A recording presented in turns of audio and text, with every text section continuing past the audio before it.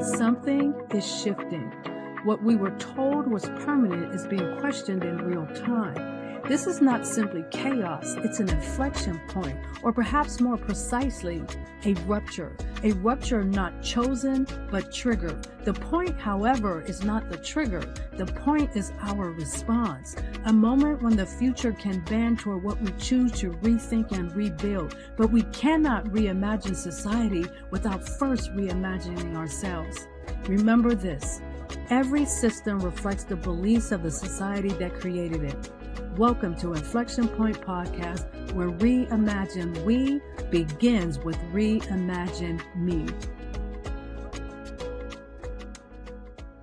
Well, hello, good evening, everyone, and thank you for joining us for the newest episode of Inflection Point Podcast. Our 2026 theme is Reimagine We begins with Reimagine Me. And so for this episode, we're going to be talking about Reimagine We as an evolutionary empowerment process.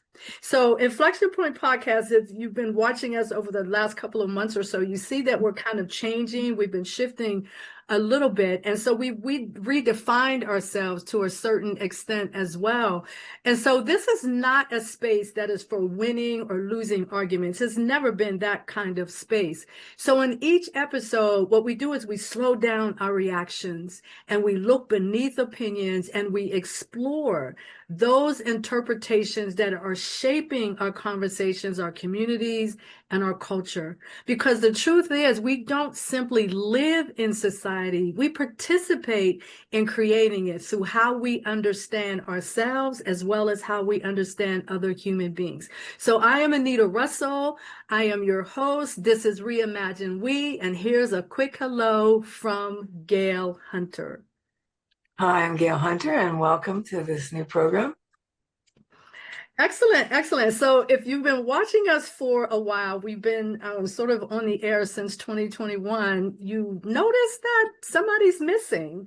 So we've had a little bit of a change over the course of the last few weeks or so, and Mavis has decided that she was going to step down from hosting the show. And so what Gail and I wanted to do was just take a moment out to honor and thank Mavis for the contributions that she's made over the course of time. Both Mavis and Gail have been with me since the inception of Inflection Point Podcast, and I've really learned a lot from them. I hope they've learned a lot from me and all of that. But I just wanted to take a moment out to really thank Mavis for her contributions, her insights, her words, expressions, all of that made this podcast possible and made it successful. Yes, and if you're listening, Mavis, I miss you already, and I'm grateful for all of the times that we've been able to be together, because it has truly been an experience that I can't imagine ever not having. So thank you, thank you, thank you. Yes, absolutely. So we're going to start our conversation. As I mentioned, we're going to be talking about empowerment. And so empowerment is a very empowering word, I would say. It's one of those words that really have a lot of meaning to me when I think about my own life and the progression of my life, the different phases of my life, and the role that self-empowerment as well as empowerment coming from other people has meant to me as a person. When I think about my entire journey from leaving Pittsburgh in 1988 and going on to work in the pharmaceutical industry and then finally leaving that industry. And there was this a whole host of empowering moments for me when I think about my history, how I met Mavis, how I met Gail, all of these different things that kind of make up who Anita Russell actually is. So we're going to talk about this idea of empowerment and kind of look at traditional empowerment versus Reimagine We empowerment, because I look at Reimagine We as an evolutionary empowerment process. So Gail, what do you think of that when you hear Reimagine We as an evolutionary empowerment process? Well, I think I've spent my entire career anyways helping people be able to I didn't use the terms reimagine the self, but Mhm. certainly being able to remember who that self was that we all have come here to be. And so underneath all the different things that can happen to us throughout our life, it is an evolution. It is a transformation, and hopefully that is a process that we all go through, and it is a developmental process. Um, so I've been doing that in my own personal life in many, many different ways, and certainly helping other people, which I'm very blessed to be able to do. So yes, I think that is what we are here for. Excellent, excellent. So again, Reimagine We is this evolutionary empowerment program. And when I think about it, I look at that within the context of being aware of your own inner formation. Reimagine We is just being aware of your inner formation. And what I mean by that is those things that are a part of your experience of life. Like when you started off as a baby and as you're growing and you're developing and you're having all of these different experiences and situations, you're learning and you're unlearning and all of these things that are a part of that process that I would say empowering your growth as a human being.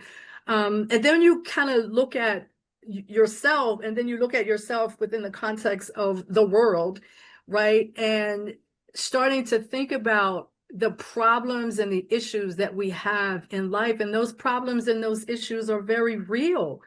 And I feel like where we are now, particularly with Inflection Point podcast, from the very beginning, we have been about how do we bring about change, right? How do we think about changing systems, right? In order to change systems, I believe there's a certain amount of understanding that you have to have in terms of the psychological, the moral architecture of that created the systems that we live under. So I look at this reimagine we thing within the context of who you are in your inner self, but then also how you're walking through the world and how you're experiencing the things that we're talking about in the world today. So Gail, when you talk to me about how you see all of that, some of the things that I just talked about, going from that inner self-identification to now I'm out here and I'm flowing in the world and all of that. Well, as I said, it's a process, and it's different for everyone, because we all have different life experiences. We come from different places and yet in some ways it's also very similar, because we all have to go through different steps and stages in order to recognize the I am of who we are, to be able to live in this world in a way that honors our own authenticity and genuineness, and hopefully, um, and it takes time to do that, and you can't change anything around us without changing. Though it needs to be changed within ourselves. It has to start with ourselves. So yeah, Yeah, um, absolutely. Absolutely. So when you think about empowerment through like more of a traditional lens, it talks a lot about becoming more capable, improving your skills, things along those lines that have to do with kind of who you are as a person. But what I'm talking about is this whole reimagine we and empowerment defined a little bit differently. And I kind of think about this particular type of question. So if traditional empowerment assumes that if individuals become more capable, if they become more skilled, if they become more knowledgeable, if they they increase their leadership skills and all of these different types of things, then society would improve by becoming more effective because we have all of these people that are being empowered and they're going out in the world and they're doing all of these empowering types of things.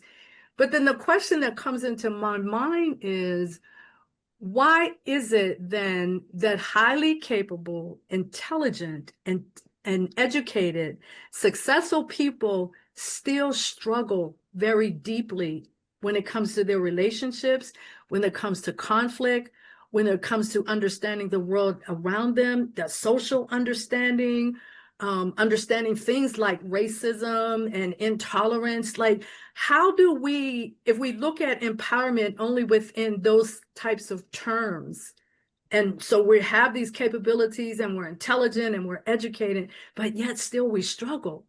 We struggle socially, we struggle economically, we struggle just in terms of being able to have conversations sometimes. So two people can literally have the same training, they can have the same education, they can have the same professional success, and still walk into the same conversation and experience completely different realities in that conversation. Mhm. So tell me what you think, Gail. Well, that's certainly possible. And I think we all have either been there or we know people that experience it that way. And that, again, it has to do with how much have I done my work and how much do I really clearly understand where I am and who I am and what I bring to that table. And that includes a variety of different areas. Do I live my life based on what I've been taught or do I integrate what I've been taught into who I am? Mm. And do I then choose from that place of who I am? Or do I just go through the rote behaviors and patterns of what I have learned, let's say? Because the learning externally is very different than the learning that can come from internal conscious awareness. Absolutely, That's, yeah. absolutely. So, because traditional empowerment basically strengthens what a person can do, Mm. like lead people, all of these types of things, but it doesn't necessarily examine how a person interprets other human beings. And that's kind of the space that we're walking into when we kind of get deeper and deeper into this reimagining we as a function of reimagining me, right? So, society in general, I believe, improves when people can interpret one another with greater awareness, greater clarity, greater dignity, and greater understanding. So this is why highly successful organizations and institutions and communities can still be dysfunctional, right? They have the skilled individuals, but they also have unexamined perceptions amongst themselves and between those individuals. So if you're not recognizing the fact that being empowered goes beyond your skill set, it goes beyond your education, it also filters into who you are as a human being. And as you're walking through life, how do you perceive other human beings? Gail, you're shaking your head. Well, yeah. I mean, if I see other human beings as being less than me, let's say, or different in a way that I don't agree with, and I sit in judgment, then that's going to affect every relationship I have. Um, I go back to you got to look in that mirror and really look within yourself first. What's going on within me, and how do I perceive whatever the situation might be, or the issue, or the relationship.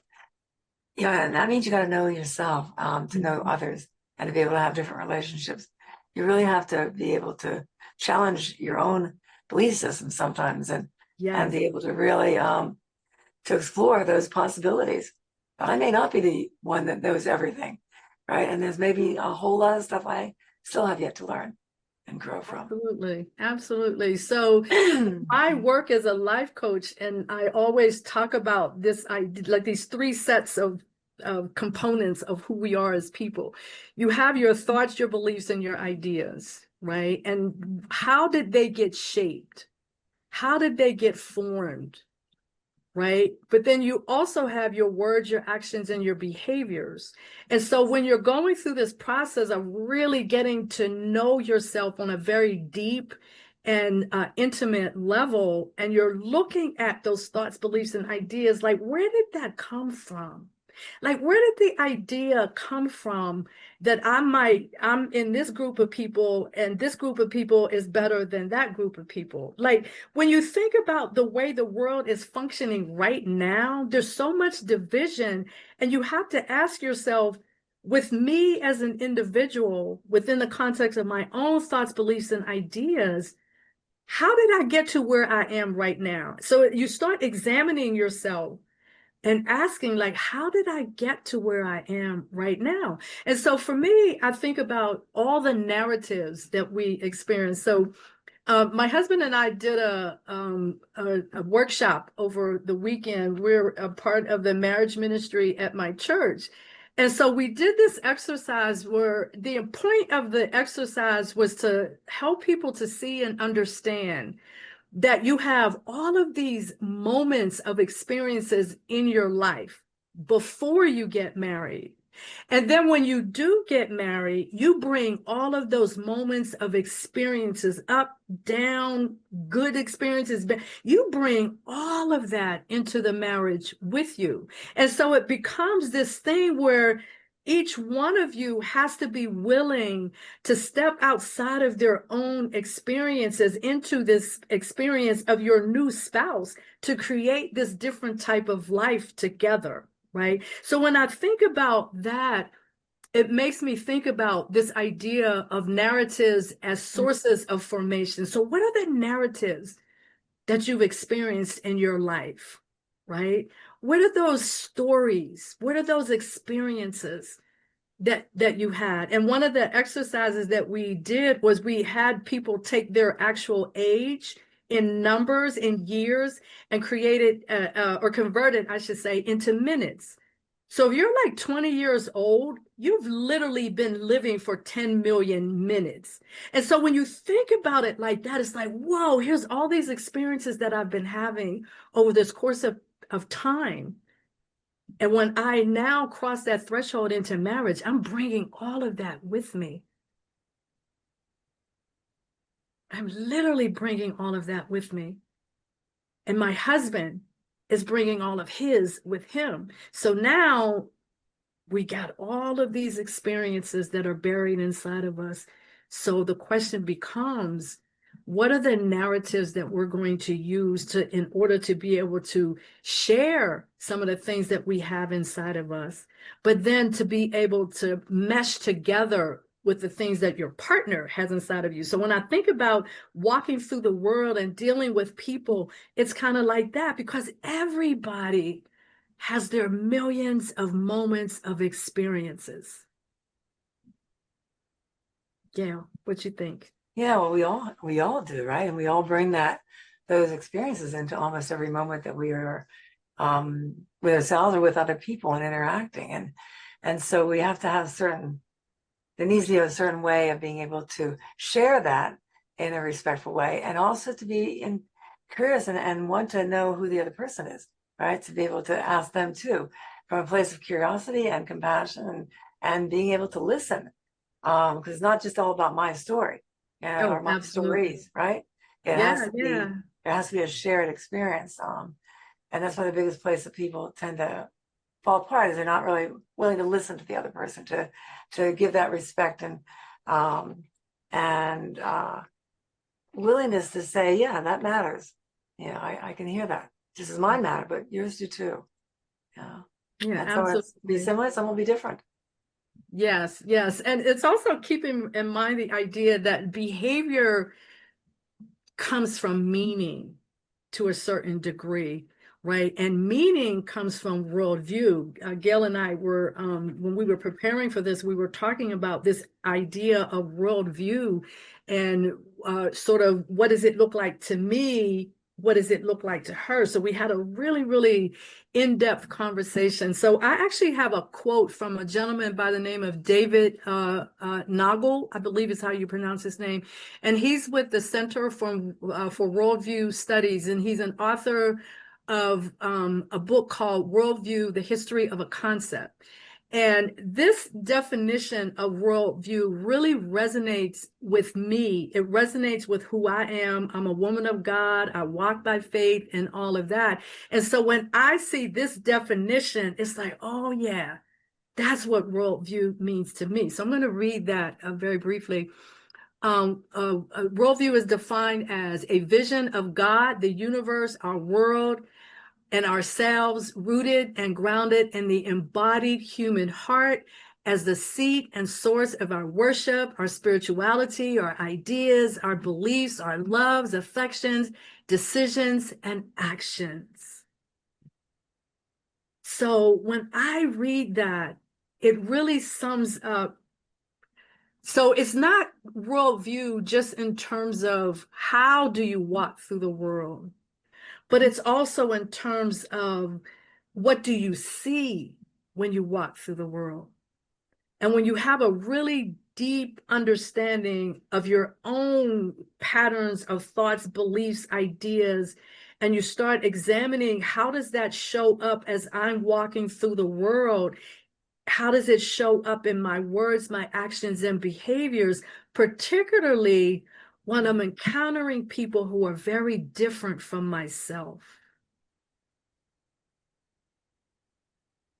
Well, that will show up differently for everybody, but it's important to really understand how it shows up within you. Um, and you're right; it comes from a variety of different places, and and that forms our belief systems. And so that depends on how that then will feel how we meet people, how we communicate, how we are respectful or disrespectful, how we are tolerant or distolerant. I mean, and, whatever the polar opposites might be, and everything in between. So it's really important to Absolutely. understand again who I am, right? The I am of who, and this is how I am with you. This is how I am with somebody else or anybody but I know that about myself. Yes. And And that's, that's really what's most important, right? You yes, got to know yes. that about yourself. Yeah, absolutely. That's Yeah. exactly what I was about to say, that you have to have a very deep understanding of Mhm. yourself and how Yeah. you show up for yourself. How do you show up in relationships? How do you show up in different situations, different people, strangers, and all of that? And I believe there's a hidden the hidden reality is that we are also very conditioned.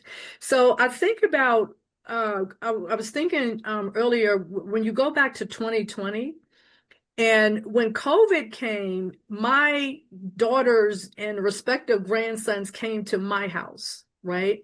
So we were all just basically living in the house together. And Cairo, so if you've been listening to us, you know we've been talking about this little kid named Cairo, and we started off the show with the Cairo question and all of that. But Cairo literally spent his first year of life spending most of his time in the house surrounded by these like six adult people, right? And what was interesting about that, because we were under COVID, we weren't like getting up and going to work every day. So that whole routine, everything just kind of shifted. And so here's this home with these six adults in it, and we have this one little baby. And the attention, the pouring into that we were able to give him was amazing. And when I look at him today, I can see the result of what that experience was like for him, right? And it's very exciting for me to be able to look at him today and say, wow, we poured so much into that little boy, and he is such an incredible kid right now, right?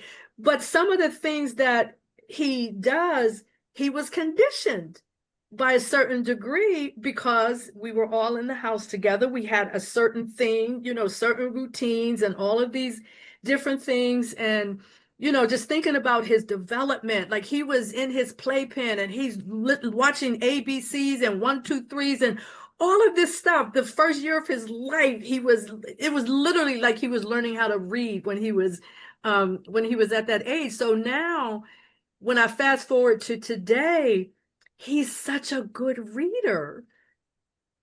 And so he was conditioned to a certain degree through the practice of reading and being exposed to letters and all of that, so that now the two things that he wants to master, and he spoke this to a very dear friend of mine, that the two things that he really wants to master is reading and math. But again, because he was in an environment that we really just poured into him for the first year of his life. So just imagining when we walk through life and we pour into people, how phenomenal that can be, even when you're pouring into a stranger. So Gail. Yeah, well, I like I say pouring it into somebody. You know, it's we come into this life, and if we're fortunate enough, as Cairo has been, then you became the mirror for him in many ways, and you also became the Absolutely. teacher, and you showed him who he is, right? And you validated and reinforced who he is, and he felt loved, and he internalized that. You say by the time the child's 5, their self-esteem is pretty much there. But when kids don't get that affirmation validation, Mm-hmm. they keep looking outside of themselves for it, and depending on where they're looking will also depend on what imprint's going to happen to them and what they're going to internalize. And that may or may not resonate with actually the original being that they came here to be. And Mm-hmm. that's where the work is, right? That's what we have to do the work to really get clear enough and work through whatever stuff has happened so that I know that I am being me and I'm Yeah. being the Yes. most that I can be because I've done that work. And, um, but yeah, but when parents and family members and such as what happened with COVID, I mean, that he was in that environment with all of you, which Mm-hmm. is like it takes a village. Well, you created the village, right? Yeah. That's pretty impressive, pretty amazing. And he is a remarkable little boy. Yeah. Yeah. He is. Yeah. So, I want to talk a little bit, like everything that we've talked about so far, the idea of worldview and all of that, Mm. and talk about why the Reimagine We model matters so much. It matters so much to me. This is something that came out of me as part of the evolution, if you will. If you saw like a couple of episodes back, we were talking about the evolution of the Cairo question. The original question was, will Cairo have to protest in his lifetime for the birthright to freely and peacefully exist within the skin in which he was born? I have come to the conclusion that the answer to that question is yes, he will. And it comes in the form of resistance. And so resistance is what we are doing when we are pouring into our children, like what we were talking about, raising Cairo up and pouring into him and all of that. We were teaching him resistance by way of him embodying who he is and being able to freely walk in the empowerment of who he is as a little boy, right? And so when I think about where this is coming from with the Reimagine Me, I think about like so many social solutions.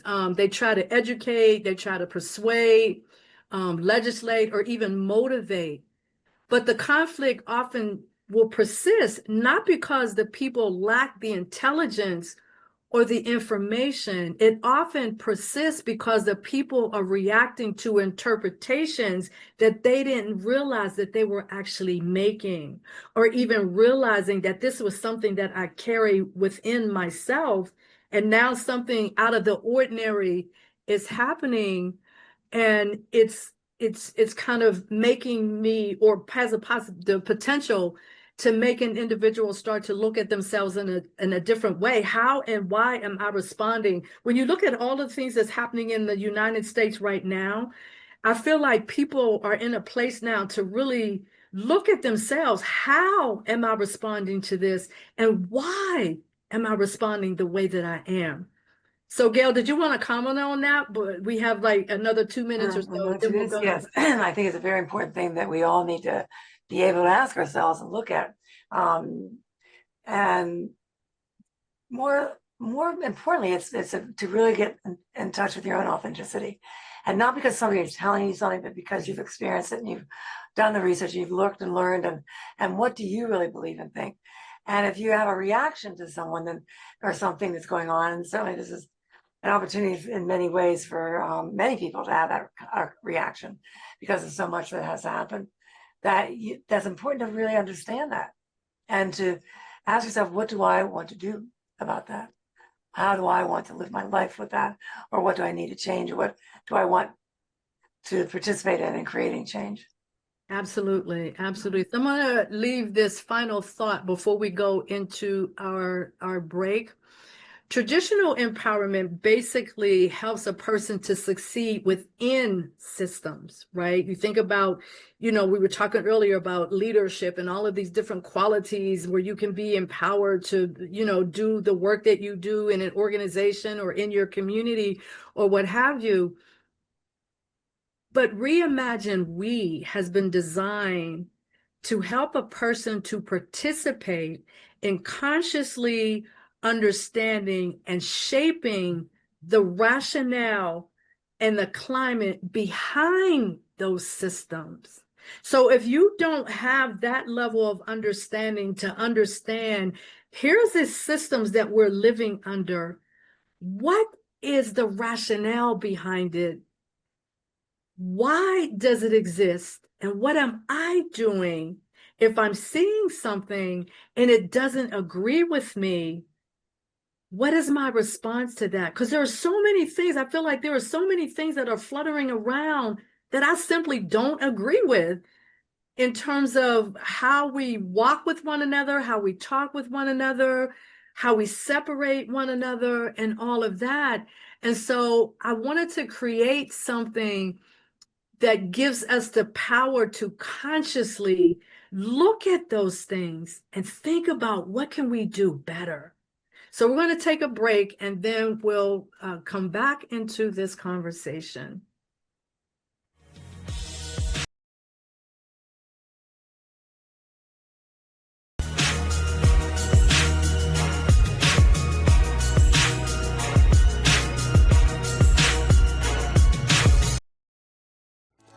Festa della Donna with Esther Graham honors all women far beyond a single day of celebration. Regardless of your race, gender, sexual orientation, or religion, Esther helps you rise to your full potential to live fully in God's plan and to do what you were divinely created to do. Festa della Donna offers programs that help you fulfill your dreams and desires. For more information and to get your free copy of the Festa della Donna Retreat Self-Care Guide, visit fdbwomen.com.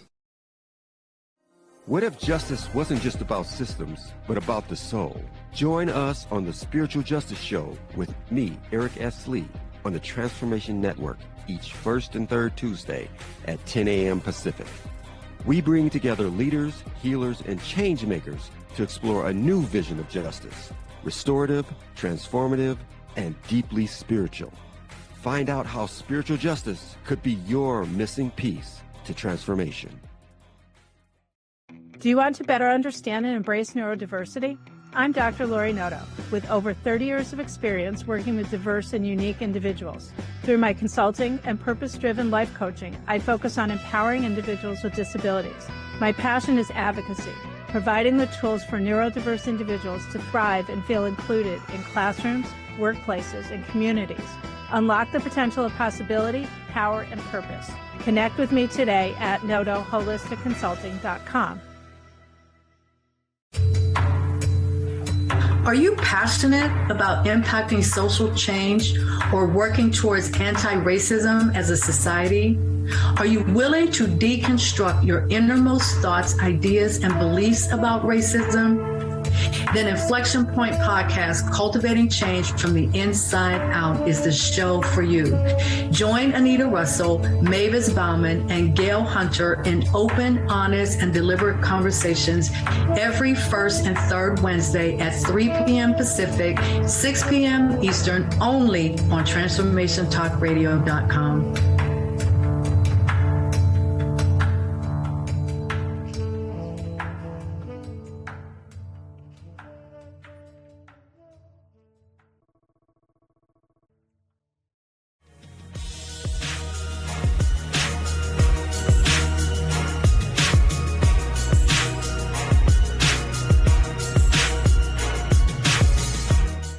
So welcome back to Inflection Point Podcast as we continue our discussion of empowerment through the lens of traditional models and the Reimagine We model.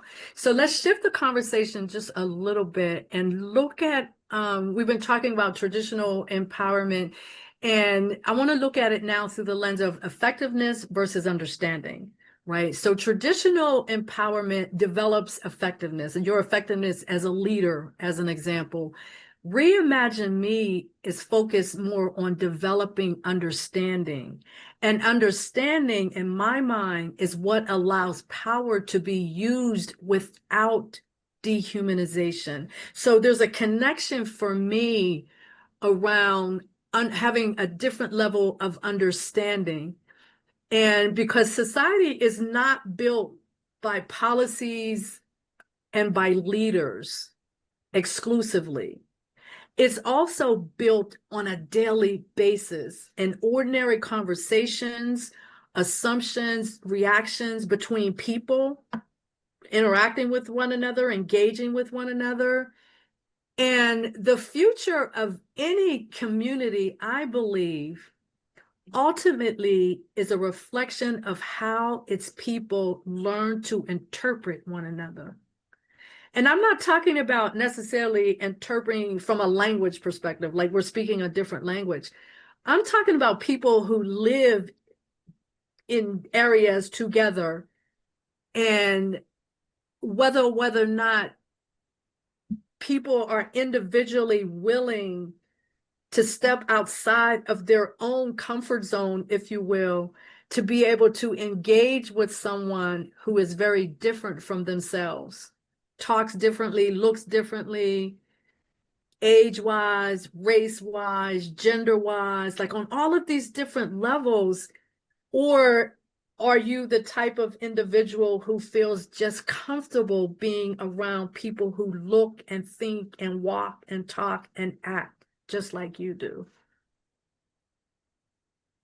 So empowerment isn't just about gaining a voice or having a voice. It's also learning how to hear another human being without immediately turning it into a threat, because this person sees, does, behaves, acts, walks, talks in a different way than you do. Well, it's about letting go of judgment and opening up to really seeing the human being that is in front of you, and being curious enough to want to, and interested enough to want to get to know who that person is, and just also share who you are. Now, to do that, you have to be clear. You have to do some work about who are you, and who is that I am that you're wanting to present, and to challenge any beliefs that you have that may have come from wherever they came from, but that may not be connected to any absolute truth. And if you feel that it is, you have to look and say why, and what is it? What have I learned in my life that says that this is justifiable, that this is absolutely true? So we have to then meet each other with that openness to want to discern that, to want to really explore and understand and have and use respect and compassion, because we really are all human beings here. Absolutely, absolutely. And this conversation kind of reminds me of an experience that I had once in corporate America. I came into the pharmaceutical industry as a research scientist. And after being in the laboratory environment for about 10 years or so, I decided that I wanted to go into a completely different role. So I went from being a research scientist, with the goggles and the gloves and the white coat, into this role as a learning and development specialist. And one of the very, very first project that I ever implemented kind of reflects what we're talking about here, right? And so in that environment, in the R&D environment, there was a very high population of Asian employees, right, as scientists and that, right? And so when I came into the role, because now I'm outside of that environment, but now I'm looking into that environment and seeing it from a very different perspective now, right? And one of the issues that I became acutely aware of is the fact that when you looked at the company's promotion rates, the Asian population was very low in promotion rates. And I mean down to the like maybe 1 or 2% or so. And so it's like, well, what's behind that? And when I came into that role, one of the things that I became aware of is that the Asian employees had been asking for English language development. I literally found a folder in a drawer from the person who was in that position previous to me, and it was request after request for English language development. So I started looking at that, putting together the fact that their promotion rate is very low. And in that type of environment, communication is absolutely essential for you to be considered, from a promotional perspective. And I remember I had to sit down. So I literally put together a complete English language development program to serve their needs, right? But I had to go through the senior VP of the R&D organization at that time to get the approval to implement the program. And what was very striking to me about that conversation was I sat there and I explained, this is what the program will look like. I have 3 vendors already, 2 that are in New Jersey, 1 in Connecticut. It was a very well-rounded program that I was able to put together. And the gentleman looked me right in my eye and said, why in the world do we need an English language development program? So that was very indicative to me of the fact that you have these people that work for you and you don't really know what their needs are because you perceive them as numbers people, they're technical people, they're smart people, but you're not necessarily looking at them through a lens of how they're going to grow in this organization. And they want to get promoted just like anybody else wants to get promoted. And so when I think about that type of situation, what I ended up doing, I didn't really think about it in these terms at the time, but what I ended up doing was giving them a tool that empowered them. So now they're able to get the English language training that they needed in order to be able to communicate in a better way within the context of the role that they were in. So I look at that as empowerment wasn't just about them gaining a voice. It was about them being able to move in their company in a different kind of way because the company saw a need. Anita saw a need and implemented a program to address that need. So when I think about that, and that was literally the first project that I did moving into that role. And so one of the good things for me is that the whole entire Reimagine We, it's a reflection of how I automatically walk through the world. Like as I was putting this together and I'm thinking about how my career has grown over the course of time, it's like, wow. This is not just something that you created intellectually. This is something that you live and believe in the way that you walk through the world. Well, you allowed them to have an equal playing field, right? You gave them the tools that they needed, which is language development, and so they could communicate. They could write something more that was going to be acceptable, more understood, or whatever. That empowered them to be more of who they are. Right? Absolutely, absolutely. And after that program was implemented, it probably took me like a year to pull everything together and then get to the point of implementing. And people were sending me messages. I would come into my office, I'd have notes under my door thanking me for making that happen. But to me, it was such a simple solution. But because of somebody else's mindset, they weren't necessarily able to even see that it was a problem, let alone come up with the solution. This is what Reimagine Me is all about. as it connects back to Reimagine We, because I literally had to reimagine myself because I moved into a completely different role, right?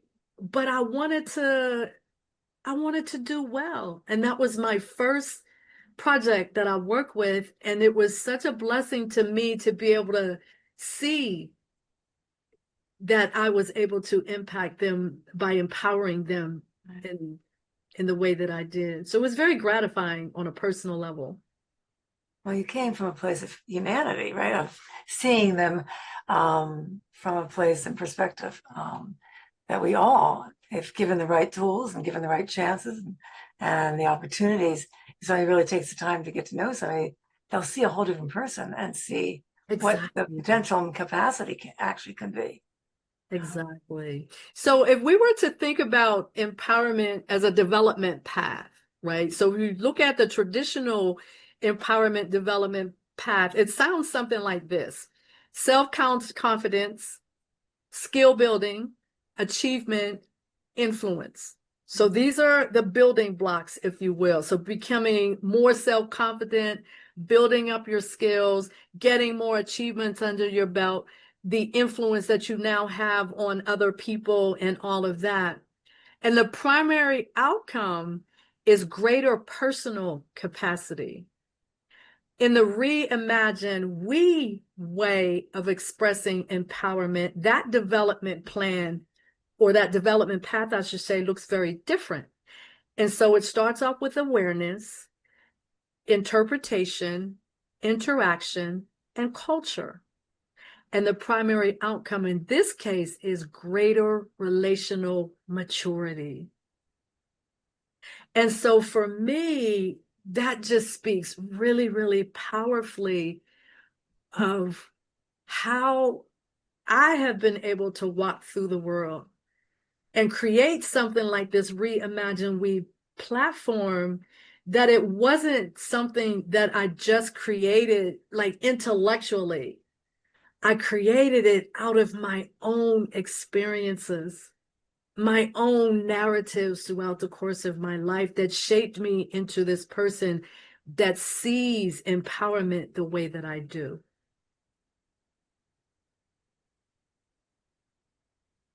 So yeah, Gail?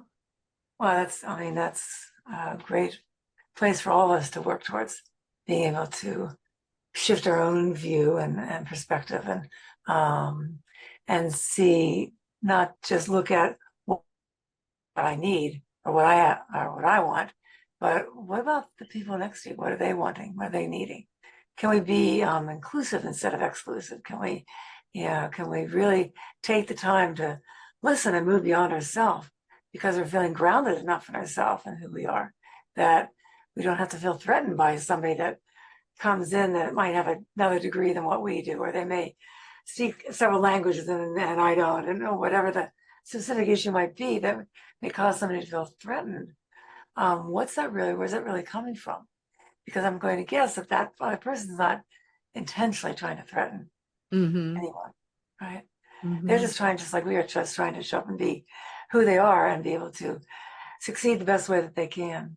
Exactly, exactly. So I have like another example of an experience that I had when I was in corporate America. And this was like the 360 assessment. You know how you have to get like 5 people that you work with and they all give you, an assessment. It's like a beginning of the year, the mid-year, and the end of the year. And I was leading a team of probably about 30 or 40 people for this annual project that we had done. And when I had moved into that new role, that was another project that kind of fell into my lap. And it was an annual scientific symposium. So it was this big event that we had on an annual basis. And I was in charge of, making it happen and all of that. And I had an experience on my 360 assessment where everybody gave me pretty much a glowing assessment, except for these one little area. And in that one little area, what they said was that Anita often doesn't hear our ideas because she brings her own experience into it and can say, well, we tried that before and it didn't work, or what have you. So when I saw that, when you're in that kind of situation and you're getting your performance assessed, there's multiple ways that you can respond to it. My response was that, oh my gosh, I didn't realize that I was doing that. So now it's like, okay, I have this revelation of how my team, and it wasn't the entire team, it was like maybe two people actually, but how my team is seeing something inside of me that I need to improve upon. And so the first thing for me was like, okay. And my manager and I sat down and we created this path of what I was going to do in order to alleviate that. Because what I came to understand about myself in that process was that I had a really good idea of project management from a technical perspective, but I didn't have what I needed from a project leadership perspective. So it's the technical side versus the people side, right? And I ended up taking a online course through Cornell University and on project leadership. And the really cool thing about it was that I was able to apply what I was learning as I was learning it. And so it felt really good when I got to the end of the year and I did the final assessment, and people were like, I don't know what she did, but she definitely flipped the script. And so I say all of that because other people can give you insight into what they see in you, and you have a choice of how you're going to receive that insight. You can either receive it or you can reject it. I chose to receive it. And because I made that choice, I became a better leader, right? And so when I think about this type of stuff, I literally had to reimagine myself in a very different way because people that I worked with were seeing me in a way that I did not want to be seen. So that's just like an example of my personal Well, that's a life. great example. Yeah. And how many people, though, would stop and ask them that's close to them, can you see anything about me that you wish was different? Because in your position, it was right there. It was set up to be able to do that. And often it's not, but we can still be able to do that. We can still ask the people closer and around us, is there anything that you notice about me? Is there anything that you wish I could be doing? And this takes a lot of courage to do this, right? Because you can, and I tell people there's a hierarchy of self, other self. You start with this, what do I believe about myself? Okay, now, but then I've got to let somebody else come in and tell me and share that with me, or I have to be willing to look and hear that. And then I can bring it back to myself, say, okay, so about that, what am I willing to change? And what do I need to do in order to change? And what steps do I need to take? Do I need to go to therapy? Do I need to go take a class? Do I need to take whatever that may specifically be in order to create that change? Yeah. And it's this whole idea of walking in relationship with other people. Like, how do you do that? Like, again, I keep going like this, like all this flurry of activity and everything that's going on above our heads and around us. I ask myself on so many occasions, how in the world do you walk through life like that? Like, I just don't get it. Well, and there are many people that don't want to know, right? That they believe absolutely. that I'm fine the way I am. I don't need to change anything, and this is just how I am or who I am. And okay, and it's not a but are you interested in learning and growing? Are you interested in really being able to take where you are and to move beyond that? And that may mean not just self-reflection, but it may mean asking others for their input. Right? Absolutely. So this whole Reimagine We thing is really about that self-reflection, really beginning to understand how other people view you and making choices about how you're going to receive information. If it's kind of on a negative side, how are you going to receive that? Are you going to look at it in a negative kind of way and say, oh, they just don't know what they're talking about, or I am doing the best that I can, and all of that. And it all boils down to a choice. It all boils down to what I said earlier about you really knowing yourself, your thoughts, your beliefs, and your ideas. You gotta know yourself to the core of who you are and be willing, able, and willing. I said willing twice. Yeah, willing, able, and willing to look at how you interact with other people as you walk through your life. So I want to throw some questions. We're literally almost out of time, but I want to throw some questions out to the audience.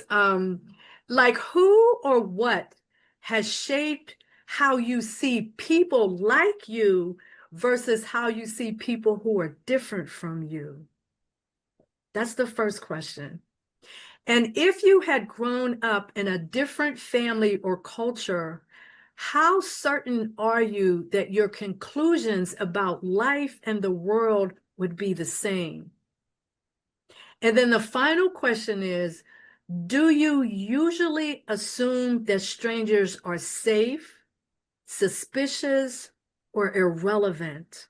And where did that expectation come from? So I want our audience to kind of ponder those questions. And, you can send some comments back to us. Let us know what you think, what you feel about this particular episode as we're sort of introducing the idea of Reimagine We begins with Reimagine Me. And so I actually have a complimentary 3-hour midweek intensive that I'm going to be offering in the month of March. And all the information that you need, if you go onto the page that describes this episode of our podcast, you can see the information there. It's basically a registration link. It's completely free of charge. And this is my way of introducing people to the concept of Reimagine We begins with Reimagine Me. So it's a Zoom thing. It's starting in March, and all the details that you will need are listed on our page. And the space is limited to 20 people because I want to make sure that people can really get into what it is we're going to be talking about and all of that. So we're literally out of time. So I just would like to close by saying this. Archbishop Desmond Tutu once wrote, "My humanity is bound up in yours, for we can only be human together." And so this week, just notice not just what you believe in a given situation, but notice what your reactions are when it's coming, what your reactions are creating is what I want to say. How is your reaction in a particular situation showing up for other people or appearing to other people? So don't forget to register for the complimentary class. It's on March the 5th from 6 to 9 p.m. Everything is listed on our giveaways. It's a Zoom. It'll be a Zoom session. So I just want to thank you, Gail, for hanging in there with the podcast. It's been a long, long road. We've shifted completely into a different way of thinking, a different way of delivering information. So for those of you who are listening, I'm Anita Russell signing off with Gail Hunter. And we'll see you next time on Inflection Point Podcast. We are here every first and third Wednesday of the month at 6 p.m. Eastern Time. So we'll see you next time, and I hope to hear from you and some of those questions that we posed. Thank you for tuning in to Inflection Point Podcast on the Transformation Network. To discover more about the Reimagine We platform, subscribe on Substack at anitadrussell.substack.com.